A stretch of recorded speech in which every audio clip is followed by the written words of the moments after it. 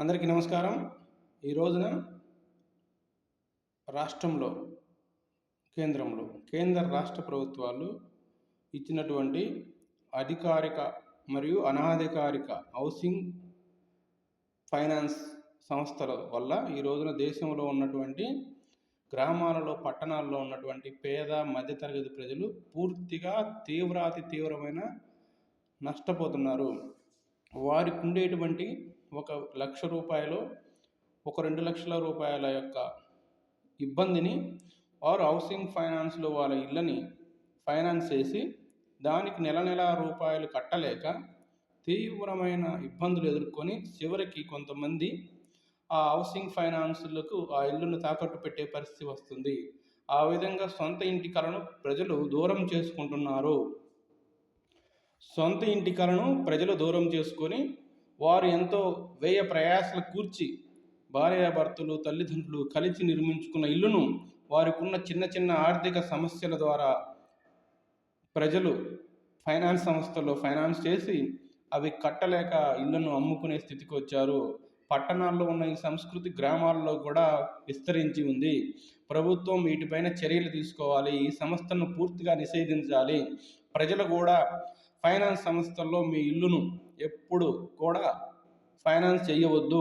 ఆ ఫైనాన్స్ వల్ల మీరు వచ్చే లాభం కన్నా కూడా తీవ్రమైన నష్టం అయ్యి మీరు నెల ఈఎంఐ కట్టలేక మీ ఇల్లును వాళ్ళకి తాకట్టు పెట్టి చివరికి అమ్ముకునే పరిస్థితికి వస్తున్నారు. మేము చాలామందిని చూస్తున్నాం. ప్రజలందరికీ కూడా విజ్ఞప్తి చేస్తున్నాం.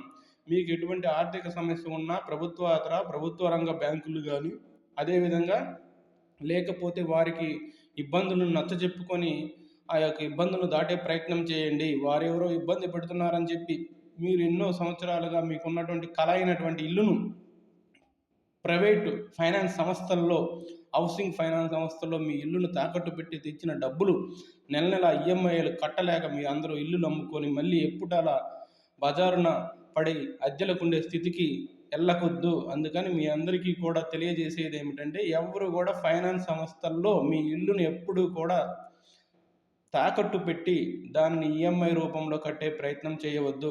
కేంద్ర రాష్ట్ర ప్రభుత్వాలను కూడా ఒకటే డిమాండ్ చేస్తున్నాం. కాంగ్రెస్ పార్టీ పరంగా గ్రామాలలో ఈ సంస్కృతి పెరుగుతుంది, పట్టణాల్లో ఇప్పటికీ ఈ సంస్కృతి పెరిగి పేద ప్రజలు, మధ్యతరగతి ప్రజలు వారు కట్టుకున్న ఇల్లును చివరికి మళ్ళీ కొన్ని సంవత్సరాల్లోనే ఆ ఇల్లును, వాళ్ళ కలను చెదిరిపోయి మళ్ళీ వాళ్ళు అద్దెలకుండే పరిస్థితికి వచ్చింది. కాబట్టి కేంద్ర రాష్ట్ర ప్రభుత్వాలు విడిగా అధికారాలు ఇచ్చిన, అనుమతులు ఇచ్చినటువంటి హౌసింగ్ ఫైనాన్స్ సంస్థలన్నింటినీ రద్దు చేయాలి.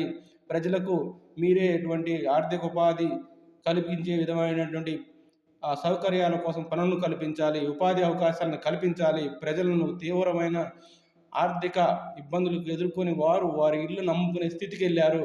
కాబట్టి ఎవరు కూడా హౌసింగ్ ఫైనాన్స్లో ఇల్లును తాకట్టు పెట్టొద్దు.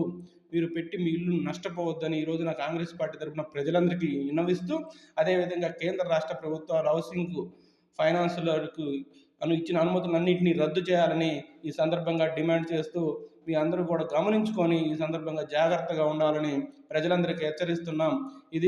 ఈ యొక్క విషభూతం ప్రజలను పట్టి పీడిస్తుంది. ప్రజలందరూ కూడా తెలియక నెలకు 10,000 కట్టొచ్చు, 5,000 కట్టొచ్చు, మనం ఏముందిలే మనం పనిచేసి కట్టుకుంటామని అంటున్నారు. కానీ కట్టుకోలేకపోతే వారు 3 నెలలు 4 నెలలకి ఆ హౌస్ను సీజ్ చేసి ఆ ఇళ్లలో నుంచి ఆ ప్రజలను తరిమేసి ఆ ఇళ్లను అమ్ముకొని వాళ్ళు యొక్క వ్యాపారాన్ని కొనసాగిస్తున్నారు. ఇది